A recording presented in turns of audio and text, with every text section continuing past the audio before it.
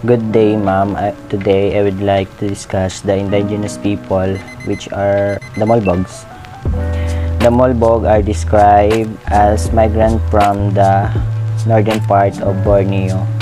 The estimated population niya in the present time, which is meron silang 20,000 population, and way back on 1990 is meron silang 5,292 population in southern part of Palawan lang yun. Then sa national population naman is meron silang estimated na 6,795 population. So the name Molbog is derived from the word malobog meaning murky or turbid water. So it refers to the muddy water that surround the bay area caused by the flood water flowing from the interior. So linguistically speaking, ang Molbog is meron silang similarity sa Sama, Tausog at Palawenyo. So in the after some time, Balabac Island is tinawag nilang Malubugon, while its inhabitant were referred to as Molbog, which is likely derived from the term Malubugon. Good day everyone, my name is Kaiser Janine Balanes. My report is historical and geographical characteristic. In the olden times, the Molbog were ruled by Sulu datos under the Sulu Sultanate, with each village controlled by religious leaders. Intermarriages among the Tausugs and Molbogs gave rise to the Islamizations of this latter. The offspring of these intermarriages are known as Kalibugan or half-bred. As Islam practitioners, they follow the 5 pillars of Islam and perform basic Arabic chanting regularly. Today, many Tausugs and Jama Mapun words are found in the Molbog dialect. Based on this, ang Molbog ay ruled by the Sulu datos under the Sulu Sultanate. Means, meron every tribe sila na may mga pinuno and they control the religious leaders. At kapag kinasal ang Molbog at ang Tausog, ang kanilang magiging anak ay magkakaroon sila ng half-breed or kalibugan. Bale, ang kalibugan na yun yung tawag sa magiging anak nila na may halo na ibang lahi. Siyempre, ang mga Muslims ay naniniwala sila at nagpa-follow sila ng 5 pillars of Muslims or faith na ginagawa nila araw-araw. So, ang mga iba't ibang lengguwahe kagaya ng Tausug at Mapun ay still makikita pa rin sa Molbog dialect. Good day everyone. I'm going to discuss the specific area in Palawan where the indigenous people can be found.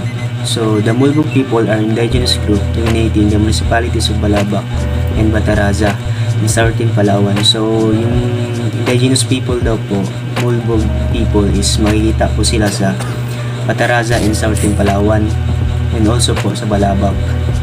So, they are really only indigenous Muslim community in the Palawan. So sila lang yung indigenous Muslim na community dito sa atin sa Palawan. And their area has been their homeland since the classical era period to Spanish colonizations. So since yung homeland nila is during Spanish era colonization, yun na yung yun na yung nagsisilbing homeland nila. So Balabac Island is the usually place to stop over the Tausog trader traveling between Borneo, Palawan, the Sulu for replenishment of their food and water supply. It is through this that the Molbog have contact with the Tausog. So yung Balabac Island, isa ito sa mga stopover ng mga Tausog trader traveling between Borneo. So kaya mayroong constant contact sila tsaka constant with the Tausog dahil yung mga Tausog ay may contact sila tsaka constant ng Molbog, kasi yung mga Tausog dati daw ay isang traveler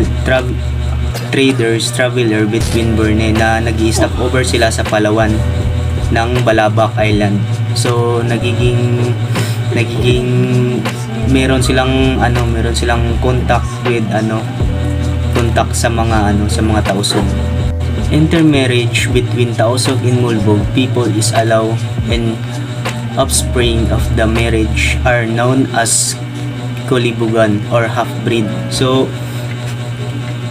dahil nga yung mga tausog dati na nag-stop over sila sa Balabac, kaya yung ibang tausog nagiging asawa nila yung mulbog. So ang tawag naman doon pag yung tausog tsaka mulbog mag-marriage, so magiging known as kulibugan sila, kulibugan, or in short half-breed na ano. So the majority of the mulbog community are located in isolated mountain region that are hard to reach. So mulbog communities is yung located talaga nila na na mountain region na hindi basta-basta ma-reach ng iba or makikita or ma-disturbo nila. So that's all for the specific area in Palawan where the indigenous people can be found. Culture practice. One of the famous Mulbog tradition is the dance ritual for offering healing and prayer. Ito naman ang tradisyon ng Mulbog na pinamana pa sa kanila ng kanunuan nila. Meron silang sayaw na pang-alay. Ang sayaw na pang-alay ginagawa pag may okasyon, halimbawa kasal, pasasalamat. Ibig sabihin nun humingi sila sa mga hindi natin nakikita na sana wag sila pakialaman at ilayo sila sa mga masasama. Ginagawa nila yun halimbawa pag nagkakaingin sila.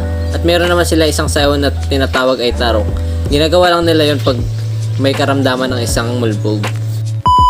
So, I will discuss the mode of subsistence or kabuhayan ng mga mulbog. Ulitin ko lang po, yung mulbog is matatagpuan sa pinakababang parte ng Palawan, which is yung Balabang Island. Nakalagay na rin po yan dyan. So, babasahin ko na.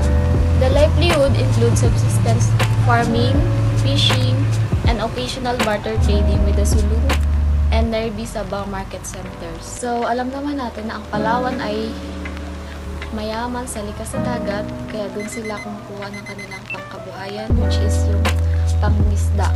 Kasi sa farming, marami silang makukuha likas na yaman dito kasi napapalibutan sila ng mga puno. Kasi sa Island na Balabac is malaki yung lupa nila. So, pwede silang magtanim doon or mag-ani ng mga gulay. So, yung pangatlo is barter. Occasional barter, which is yung kunyari, diba nangisda sila. Tapos yung isda is ipapalit nila doon sa ibang lugar. Kunyari sa Sulu. Makikipag-barter sila doon ng arning baboy, tapos palit sa isda, parang gano'n. Nakikipagpalitan or barter lang sila sa mga kalapit nilang mga lugar. Based on my research po is, meron pa po silang pinagkukunan ng pangkabuhayan, which is yung commercial coconut farming. Kasi sa Balabac, marami silang tanim doon ng mga puno ng nyug. Katulad nating mga taga-sentro is, ganun din ang pamumuhay natin. Kasi based sa experience ko is, malapit lang kami sa dagat doon sa BM Beach. So, yung yung tito ko and lolo ko doon po kumukuha ng pang-ulam namin. Tapos minsan binabarter nila sa mga bigas, sa mga karneng baboy, sa mga manok, which is good naman po. I am Farshana Jerez, and so ito po yung topic ko ay about yung challenges faced and currently facing by the indigenous group, which is Mulbog. So, the Mulbog people are an indigenous group in the Philippines, primarily residing in the Sulu Archipelago. So, dito, binigyan niya ng example ay ang land disputes, which is, ang sabi dito, indigenous communities often face land disputes as their traditional lands were sometimes claimed by outside interests or government agencies for resource extraction or development. So, minsan napipilitan na lang sila na pupunta sa lugar na sa ibang lugar kasi yung lugar nila ay nagagamit na mismo ng government, ganun, for development. And then second is the cultural preservation.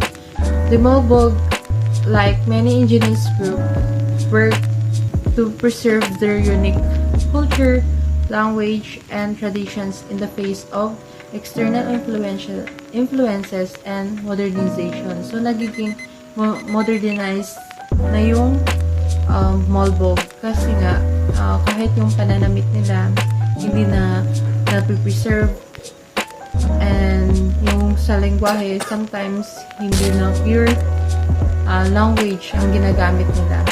So, may iba't ibang language na rin sila natutunan. So, yun po. Then, the next is yung socio-economic marginalizations.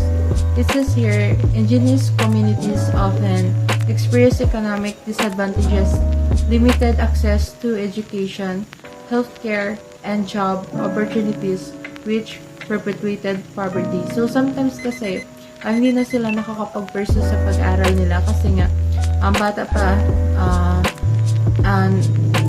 sinasalang na kaagad sila sa mga work. So, minsan, mas prioritize pa nila yung kumikita sila kaysa na pumapasok sila. So, yun, example din yun kaya lubog pa rin sila sa parang ang hirap pa rin nila. So, next is land rights and recognition. So, many indigenous groups, including the Molbog, struggled to have their land rights recognized and protected, which left them vulnerable to displacement. So, dito naman, since dati, walang mga titulo, ganoon. So, parang ang dali-dali na lang na, parang inaangkin na lang ng ibang tao, since wala naman silang pinag-aralan. So, yung tao na yun, nag-take advantage na siya doon sa Molbog. So, yun, may sinasabi na sa kanila yung may-ari ng lupa, which is hindi. Which is dapat yun nasa Molbog. So, since ganun, minsan, nauwi yun sa hidwaan. Yun din mostly na sanhi ng challenges nila. So, next is armed conflict. The region where the Molbog reside has been affected by armed conflicts and political instability which have further disrupted their lives and safety. So, gumagamit na pagkakaroon ng hidwaan dahil hindi natin din alam sa maraming dahilan, pero mostly yung about sa mga lupa, ganun, na-interest yung mga tao. So, minsan ginagamitan na nila ng dahas para mapaalis yung mga Molbog. The next is environmental concerns. Environmental degradation and resource exploitation in the Molbog's traditional lands have threatened their way of life, including fishing and agriculture. So, yun. Next is lack of basic service. Access to clean water, electricity, and healthcare facilities in indigenous communities, including the Molbog, has historically been limited. Next is vulnerability to natural disasters. Many indigenous communities, particularly those in remote areas, face heightened vulnerability to natural disasters like typhoons and tsunamis. So, since hindi naman okay yung mga tirahan nila, parang hindi naman gaano katibay, minsan na-apektado rin sila, or di kaya sa mga pamumuhay nila, ganun, for sure. Then, it is important to recognize that various organizations, both governmental and non-governmental, have been working to address these challenges and advocate for the rights and well-being of indigenous communities like the Molbog. However, this specific situation may have evolved since my last... So, that's it.